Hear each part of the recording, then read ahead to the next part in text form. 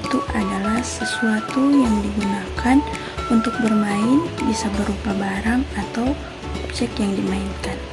Selanjutnya, permainan melibatkan kegiatan bermain dengan alur permainan, cara bermain, dan aturan tertentu yang disepakati oleh sesama pemain.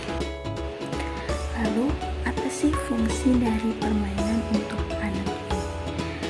Nah, fungsi yang pertama itu membantu meningkatkan kemampuan kognitif anak. Dan yang kedua, membantu anak meningkatkan kreativitasnya. Yang ketiga, membantu anak dalam membangun keterampilan sosialnya. Anak belajar untuk bersosialisasi dengan teman sebayanya dan juga di lingkungan sekitarnya. Dan yang terakhir, melatih keterampilan motorik kasar dan motoris anak tersebut. Baik, pada saat ini saya akan menjelaskan tentang jenis-jenis permainan dalam menstimulasi aspek perkembangan anak usia dini. Yang pertama, permainan untuk mengembangkan aspek kognitif. Contohnya, yang pertama puzzle, yaitu meningkatkan kemampuan problem solving dan koordinasi mata dan tangan. Dan contoh yang kedua, permainan mencocokkan, yaitu mengajarkan anak-anak tentang bentuk, warna, atau angka. Untuk contoh yang ketiga, permainan memori, yaitu mengembangkan daya ingat dan konsentrasi anak. Dan untuk poin yang kedua, permainan dalam mengembangkan aspek bahasa anak usia dini. Contoh yang pertama, bermain cerita, yaitu mengajak anak untuk menceritakan cerita dari gambar atau buku cerita yang ada. Ini untuk mengembangkan kemampuan bercerita dan memperkaya kosakata anak. Dan untuk contoh berikutnya, tebak kata, yaitu anak-anak dapat menebak kata yang dijelaskan oleh teman atau guru, karena ini sangat membantu memperluas kosakata dan keterampilan pemahaman anak. Untuk poin yang ketiga, permainan dalam mengembangkan aspek motorik kasar anak usia dini. Contohnya, yang pertama lompat tali, membantu melatih koordinasi tangan dan kaki, serta keseimbangan anak.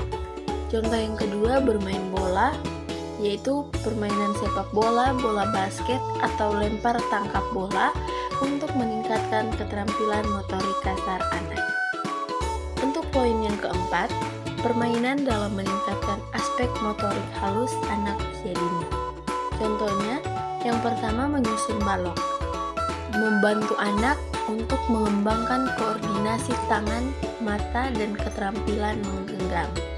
Contoh yang kedua, menggunting dan menempel, yaitu anak-anak dapat memotong kertas sesuai pola dan menempelkannya untuk membantu koordinasi dan kontrol otot halus anak.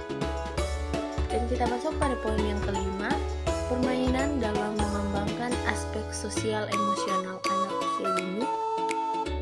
Sebagai contohnya, yang pertama bermain bersama.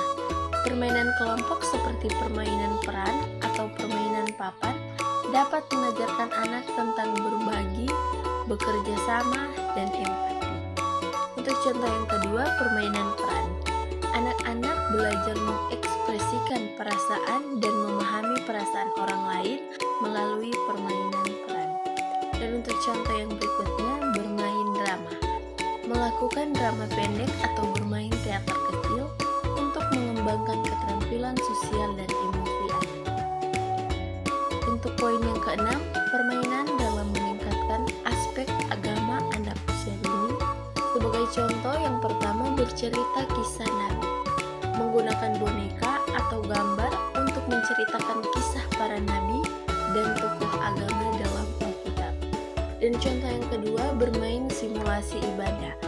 Anak-anak belajar cara beribadah seperti berdoa atau kegiatan keagamaan lainnya melalui permainan. Dan untuk poin yang terakhir, permainan dalam mengembangkan aspek seni anak usia dini. Contohnya, melukis dan mewarnai. Kita memberikan anak-anak alat, gambar, dan biarkan mereka berkreasi sesuai imajinasi mereka. Dan yang kedua, bermain musik, menggunakan alat musik sederhana untuk mengeksplorasi suara dan ritme. Dan contoh yang ketiga, kerajinan tangan, yaitu membuat karya seni dari bahan-bahan sederhana seperti kertas dan kain. Nah teman-teman, setiap jenis permainan tersebut dirancang untuk memberikan stimulasi yang tepat dan sesuai dengan aspek perkembangan anak yang ditingkatkan, dan harus selalu dilakukan dalam suasana yang menyenangkan dan penuh dukungan. Nah, sebagai kesimpulan dari materi kami, yaitu permainan yang sesuai untuk anak usia dini adalah permainan yang dapat mengasah perkembangan bahasa, kognitif, fisik motorik, sosial emosional, moral agama, dan juga seni pada anak. Penataan lingkungan yang aman dan nyaman serta pengawasan perlu dilakukan orang tua di rumah maupun guru di sekolah. Karena saat anak melakukan penjelajahan ketika bermain, disitulah anak akan mendapatkan stimulasi untuk tumbuh kembang. Sekian dari pembahasan materi kami. Diucapkan banyak terima kasih. Tuhan Yesus memberkati. Shalom.